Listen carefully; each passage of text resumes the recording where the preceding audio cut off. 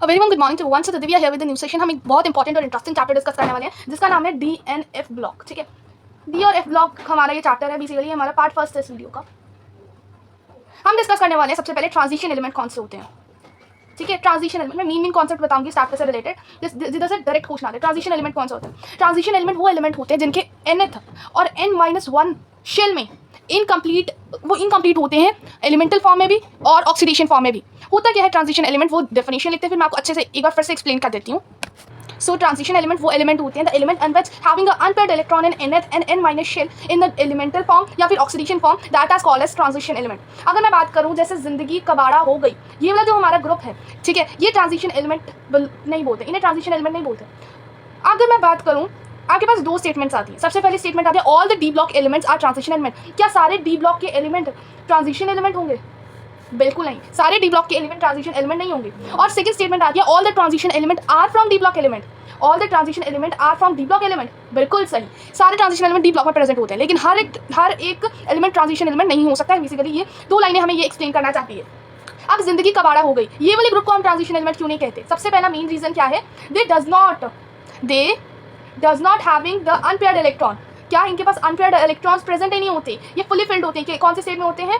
Fully filled होते हैं। इनकी इलेक्ट्रॉनिक कन्फिगरेशन की अगर मैं बात भी करूँ ना, जैसे जिंक की इलेक्ट्रॉनिक कन्फिगरेशन के बारे में बात करूँ, इसकी होती है argon 18 4s2 3d10, fully filled है। इसके अंदर और कितना जा पाएगा, है ना, कितने इलेक्ट्रॉन जा पाएंगे? इसीलिए कहते हैं ये फुली फिल्ड कहलाइज। बाकियों की भी ऐसे, बाकी भी फुली फिल्ड है, ठीक है, इसीलिए इनको ट्रांजिशन एलिमेंट नहीं कहा जाता। आई होप आपको समझ आ गया होगा ट्रांजिशन एलिमेंट किसे कहते हैं, और आपको ये भी समझ आ गया होगा कि जिंदगी कबाड़ा हो गई वाले को ट्रांजिशन एलिमेंट क्यों नहीं कहते। ठीक है, अब थोड़ा आगे बढ़ते हैं, आगे कौन कौन से कॉन्सेप्ट हम इस चैप्टर में डिस्कस करेंगे। अब अगर आपको इस चैप्टर को डिस्कस करना है ना, आपको कुछ कॉन्सेप्ट्स के बारे में नॉलेज होना जरूरी है। इन्हीं कॉन्सेप्ट्स पे बहुत अच्छे क्वेश्चंस के बारे में पूछ लिया जाता है। सबसे पहले आपके पास आता है the concept of Z effective.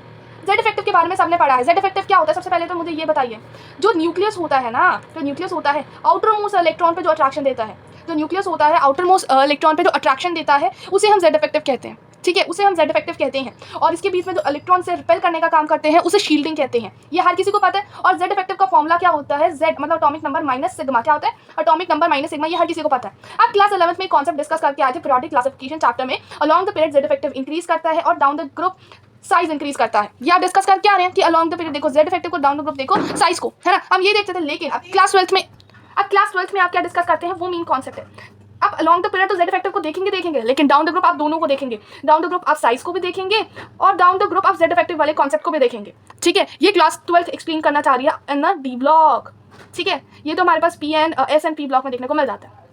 अब आप सबको पता है कि हम सबसे पहले सीरीज देख लेते हैं। स्केनियम, टेटिनियम, वेरिनियम, क्रोमियम, मैंगनीज, आयरन, कोबाल्ट, निकल, कॉपर और जिंक। ये हमारी क्या है? 3D series. क्या है ये? हमारी 3D सीरीज। अब इसी 3D सीरीज की मदद से हम कौन से कॉन्सेप्ट, जेड इफेक्टिव वाले कॉन्सेप्ट को अंडरस्टैंड करेंगे। इसी सीरीज के वजह से हम अंडरस्टैंड करेंगे कॉन्सेप्ट ऑफ जेड इफेक्टिव। कौन सा? जेड इफेक्टिव के कॉन्सेप्ट को हम अंडरस्टैंड करेंगे। ठीक है, सो स्टार्ट करते हैं इसी सीरीज की मदद से किस तरीके से हम सॉल्व कर सकते हैं। ये ना, इस सीरीज का ग्राफ में कुछ इस तरीके से बनता है अकॉर्डिंग टू जेड इफेक्टिव। अब क्या है ये फंडा, थोड़ा देख लेते हैं ये हमें क्या एक्सप्लेन करना चाह रहा है। सबसे पहले सीरीज, इसको तो सब पार्ट में केसेस के अंदर डिवाइड कर लेते हैं। सबसे पहले केस लेते हैं स्केनियम, टेटिनियम, वेरिनियम एंड क्रोमियम वाला। ये पहला केस हो गया। तो केस फर्स्ट देख लेते हैं। केस फर्स्ट में आप देख रहे हैं सिंपल कॉन्सेप्ट लगेगा 11th क्लास वाला, Z effective is inversely proportion to size. Down the group क्या हो रहा है? Down the group size increase कर रहा है। क्या हो रहा है? Down the group size increase कर रहा है, कुछ इस तरीके से।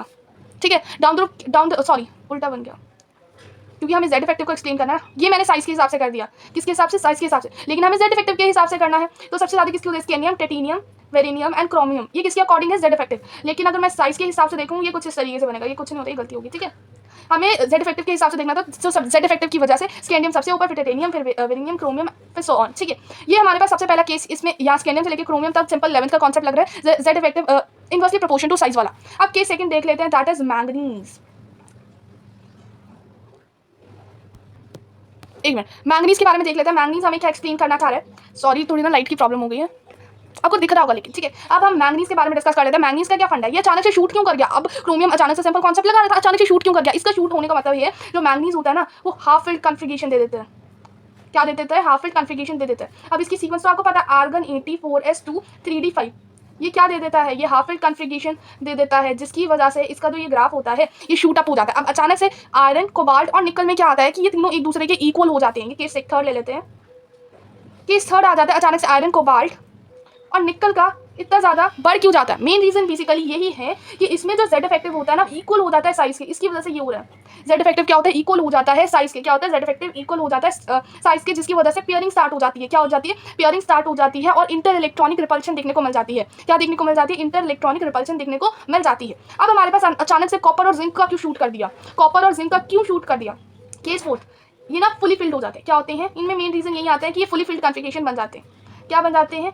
फुली फिल्ड बन जाते हैं। कॉपर भी 3d10 बन जाता है और जिंक जो होता है वो भी 3d10 बन जाता है, जिसकी वजह से जो जेड इफेक्टिव होता है ना वो नेगेटिव फॉर्म में चल जाता है। किस फॉर्म में? क्योंकि रिपल्शन की वजह से जो जेड इफेक्टिव होता है ना वो नेगेटिव हो जाता है। क्या होता है? जेड इफेक्टिव नेगेटिव हो जाता है, जिसकी वजह से जेड इफेक्टिव डिक्रीज कर जाता है और साइज क्या करता है? इंक्रीज कर जाता है। ठीक है, तो ये मेन हमने रीजन देखे। सबसे पहले हमने डिस्कस किया ट्रांजिशन एलिमेंट क्या होते हैं, उसकी डेफिनेशन देखी। जिंदगी का बाड़ा हो गई वाले ग्रुप को ट्रांजिशन एलिमेंट क्यों नहीं कहते वो देखा, और हमने कॉन्सेप्ट ऑफ जेड इफेक्टिव वाले को कंप्लीट कर दिया। जेड इफेक्टिव का क्या कॉन्सेप्ट है। अब स्कैंडियम टाइटेनियम वाले में ग्राफ का क्या मतलब है वो भी मैंने आपको अच्छे से एक्सप्लेन कर दिया। अब नेक्स्ट वीडियो में हम ऑक्सीडेशन नंबर से करेंगे। ठीक है, ऑक्सीडेशन स्टेट से। ठीक है, तो थैंक यू।